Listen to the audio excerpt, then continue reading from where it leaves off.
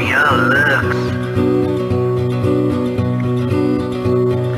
I was far from worth deep for your limbs. I'll burn your bones.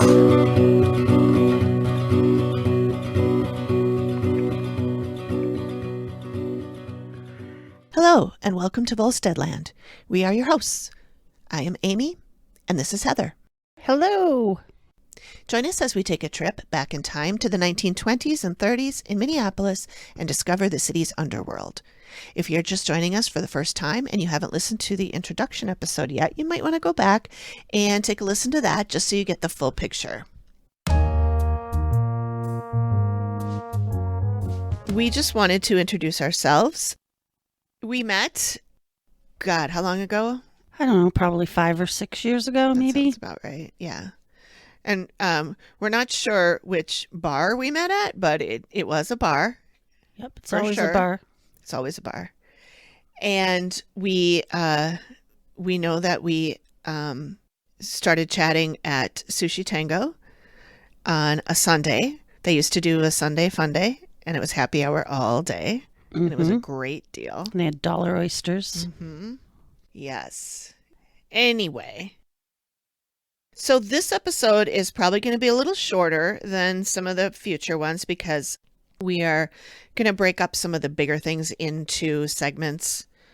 There's some stuff that's pretty lengthy, and it's going to take more than the length of time we expect anyone to sit and listen to us talk. So we'll be splitting some stuff up. But this one, we just wanted to do a little intro, talk about a little about who we are. And most of you have probably already heard the extended trailer, the introduction, so you know why we're here and what we're doing. Just a disclaimer here. This podcast is not meant to glorify organized crime or this man personally. We understand that Kid Cann and his crew caused a lot of pain to a lot of people, and we don't want to downplay that. We just found his story really interesting and thought you might too, whether or not you have ties to Minneapolis. This story all takes place in Minneapolis, Minnesota, and I know that some of you may not be familiar with Minneapolis and where it is, what it's like now, and or what it's, well, we're going to tell you what it was like back in the day, but so Heather has prepared a little Overview, perhaps? overview, that's a good word, of Minneapolis for us. Okay. So Minneapolis has several nicknames, including Mill City, the Twin Cities, the Minneapolis, Water City, or City of Lakes. And Minneapolis is the most populous city in Minnesota. Minnesota is known as the land of 10,000 lakes. But despite what the license plates say, there are actually 11,842 lakes, 22 of them in Minneapolis proper. And legend has it that these lakes were forged by Paul Bunyan's footsteps. Footsteps that passed through Lake Wobegon, walked by a little house on the prairie, traveled past Snoopy's doghouse, and of course created the purifying waters of Lake Minnetonka. Of course, we got the Prince reference in there.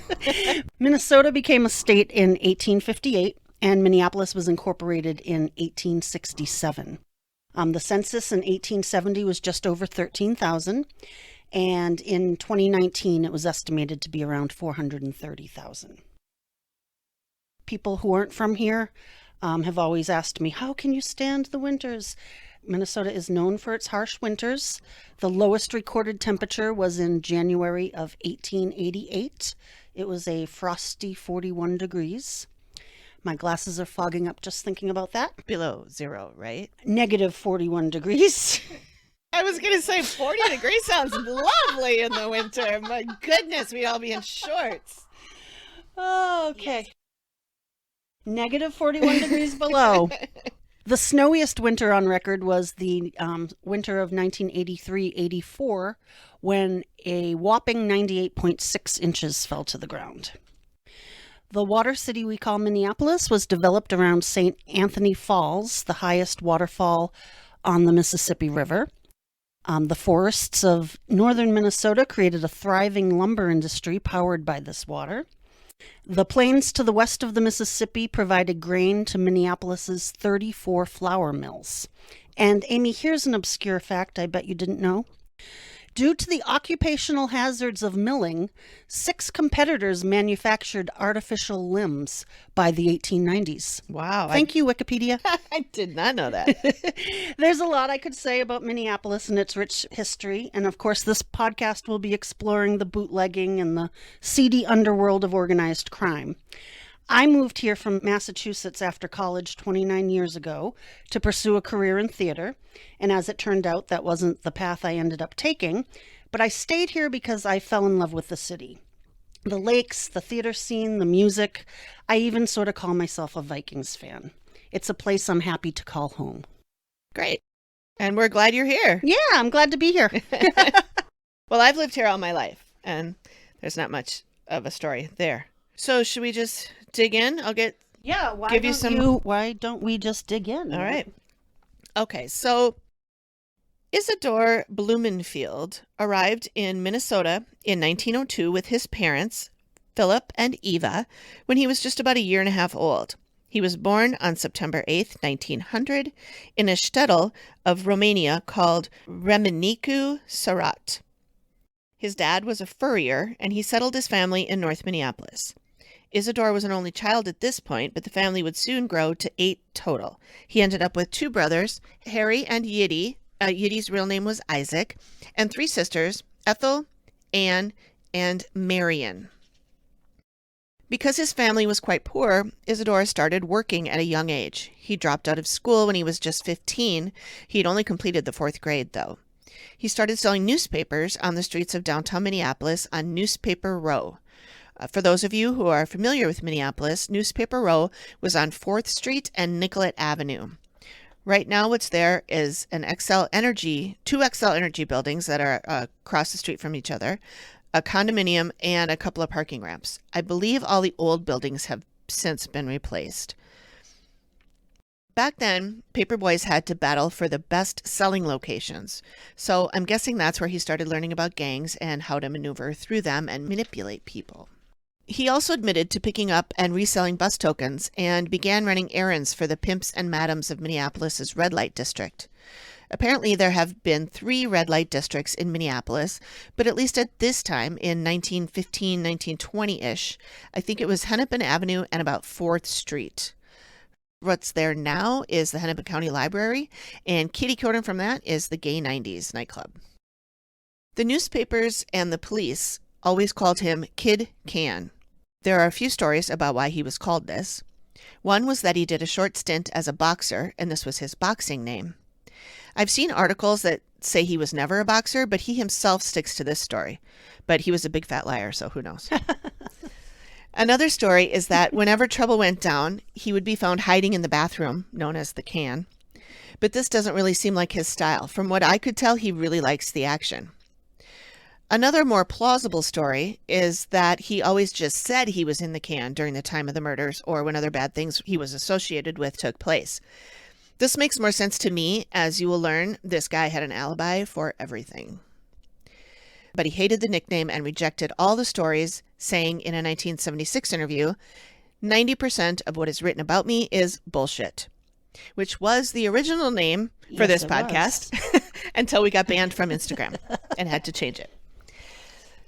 He actually preferred to be called Fergie, which may or may not have been short for Dr. Ferguson. There's a theory that he chose Ferguson because it sounds like the German Vergessene. He liked it when people forgot or pretended they had never seen him, except when he told them to remember seeing him. I was able to confirm from a source that he was always called Fergie, but this person only knew him in the 60s, and I'm not sure if he used it when he was young too. So, for the sake of ease in this podcast, I'm going to refer to him as Izzy. I can't imagine he would like that any better than Kid Cann. Izzy kept Blumenfeld. Actually, it's Blumenfield. He kept being called Blumenfeld, and I think he just sort of went with it, even though his name is officially Blumenfield, and it says on his grave, spoiler alert, he's dead now. It does, on his grave, it does say Blumenfield. Yet his brothers are Bloom, Bloom. I'm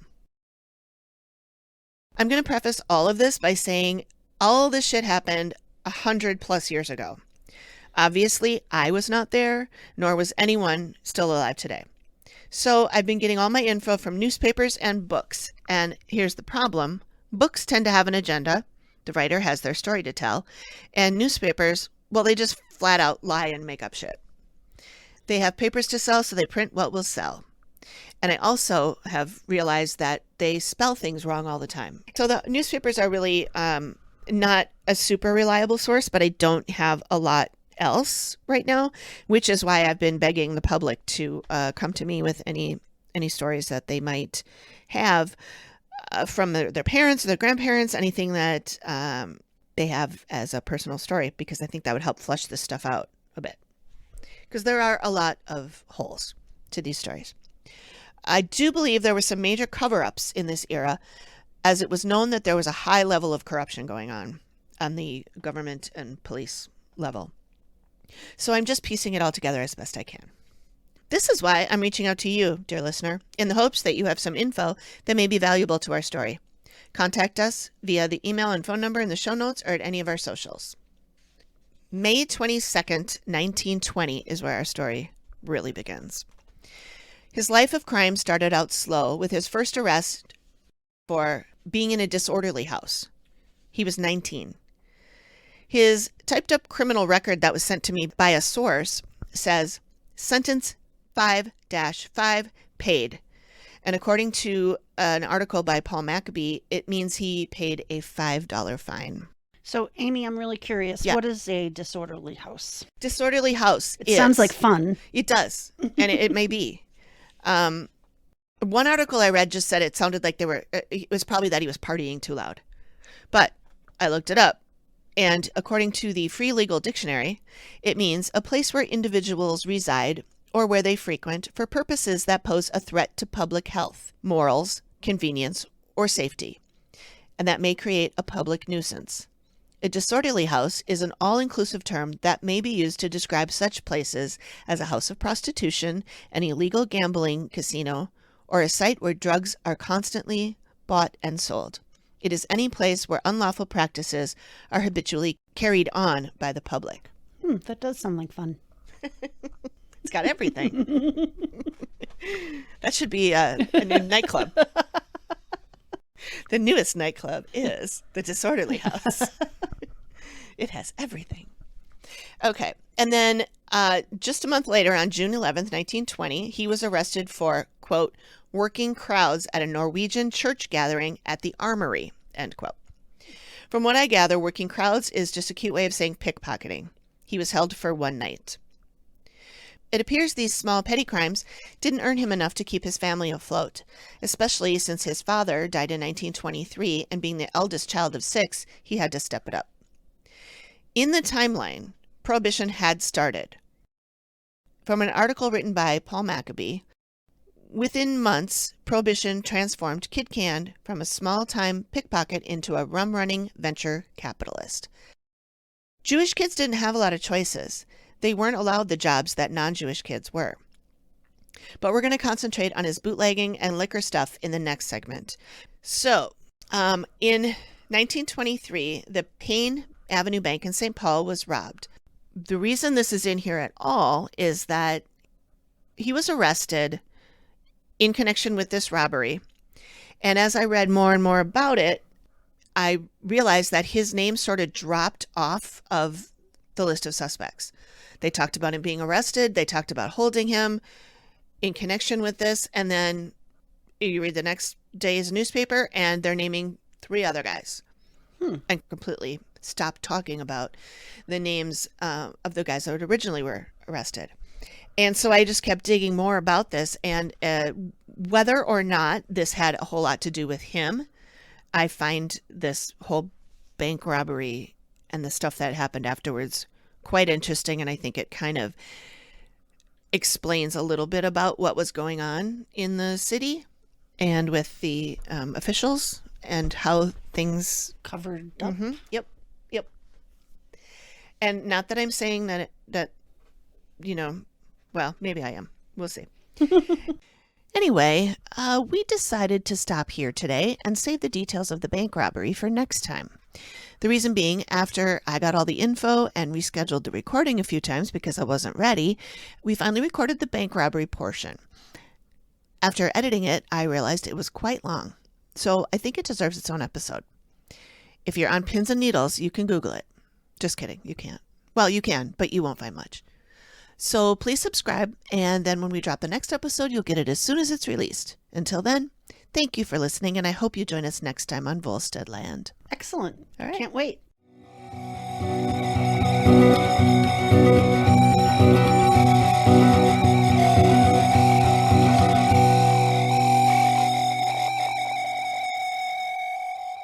Volsteadland is produced by me, Amy, and is part of the Collected Sounds Podcast Network. The theme music is by Paolo Forlì, and the background music is by Canal Elanian. Okie doke.